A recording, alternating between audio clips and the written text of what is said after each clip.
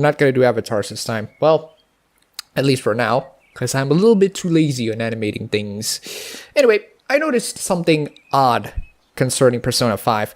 I really wish that I want to play this game, but I am glad that people who are playing it are actually having fun. So what is the odd thing concerning Persona 5?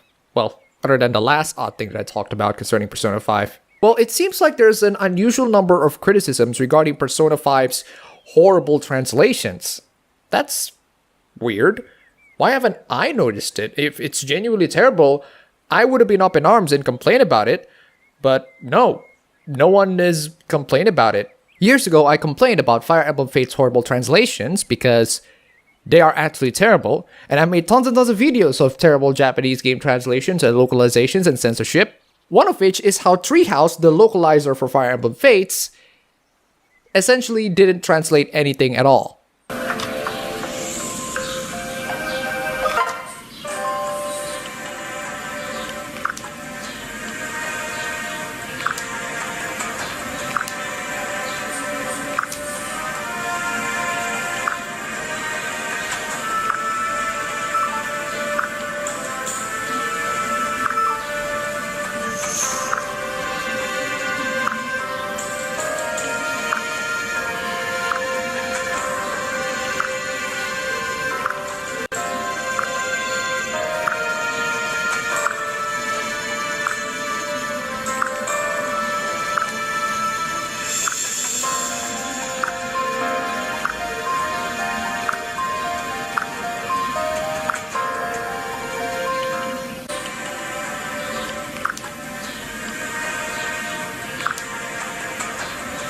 Now, Persona 5 is apparently terrible, and unlike Fire Emblem Fates, the game journalists actually started to care.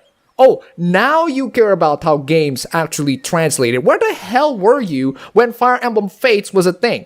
Where the hell were you when the controversy surrounding Fire Emblem Fates translation was a thing? Oh, that's right, you were defending them. So how terrible is the translation for Persona 5? Well, here's one user pointing it out, and I don't see anything wrong with that. What's wrong with this?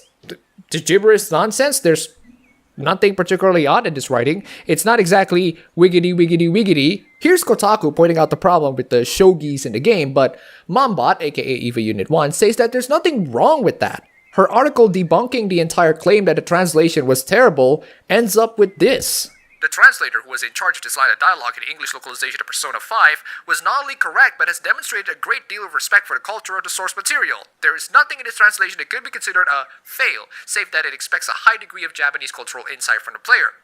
So basically what happens is that this particular part of Persona 5 concerning the shogi is not only not terrible, but it actually shows a great deal of respect towards the Japanese culture.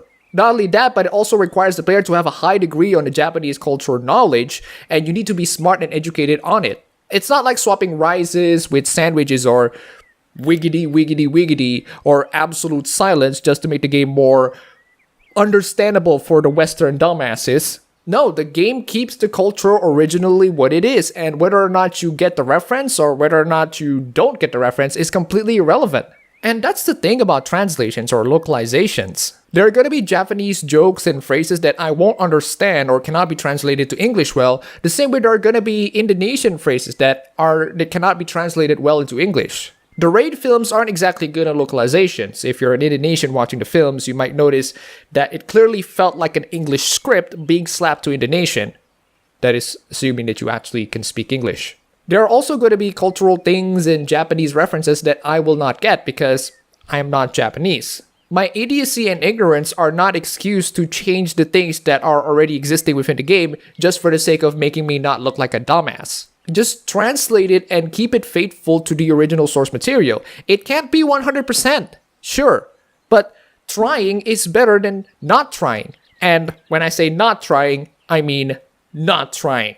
So what the hell is going on? Why are people in the industry just now care about the horrible translations of Persona 5? Or actually the not so horrible translation of Persona 5? Well, after examining the people who are complaining on this entire thing, there are a couple of common things that I notice. First off, one user pointed out of my complaints on why just now they started to complain about Persona 5.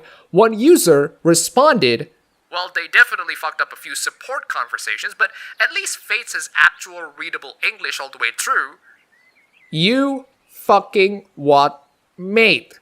I do notice a trend though. The people who are complaining about this are apparently translators themselves. One of the articles criticizing this entire thing is from Polygon, and it was written by a translator. Some of the people's complaints on this are just ridiculous.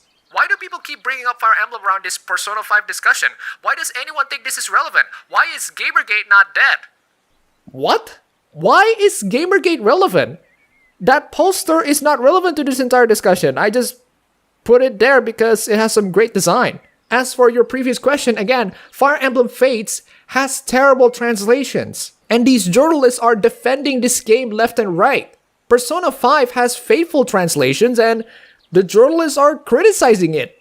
For some reason. Even Unit 1 pointed out that the users who are complaining about this, the ones that I showed last time, are using freaking block bots. And your response to the entire thing is, how does that have literally anything to do with the points being raised? The same way Gamergate has anything to do with the points being raised. Absolutely fuck all. I can point out to the unethical practices of video game journalists without even using the Gamergate hashtag. Why is Gamergate not dead? Why are you guys just now caring about the terrible translations and the needs to be faithful to the Japanese source material? Last time I checked, you were basically praising the idea of turning sushis into hamburgers. Shouldn't this apply to all games other than just Persona 5? Shouldn't this apply to Fire Emblem Fates as well? Again, why are people just now caring about the games being badly translated? Well, I want you all to notice the common traits of the people who are complaining.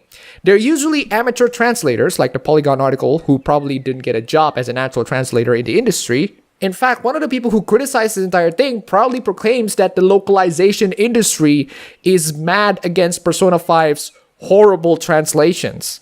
They're the people who mentioned Gamergate unnecessarily in a topic. They are the same people who use block bots for some reason. One celebrates the god-awful Tumblr redesign of the characters, and most importantly, they're the same people who defend Fire Emblem Fate's horrible translations. So in conclusion, these people are absolutely not reliable. From what I've seen, Persona 5's translations are faithful. The one possible reason that I can think of why these people are complaining is the fact that these people are just jealous that Persona 5 is very well translated and very well received by everybody who played the game. It's like a YouTuber complaining to another YouTuber who is better and more successful than him.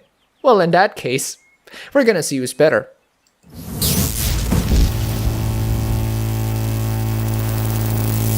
Nah. I find healthy competition to be more fun. I can cheat my way in through killing everybody that I don't like, but doing so will banish me to hell, and cheating is not really fun. Unless if I do it in video games. That's all for the video today. If you like this, you can go ahead and click the like button and subscribe for more. If you wish, you can support me on Patreon. And thanks for watching.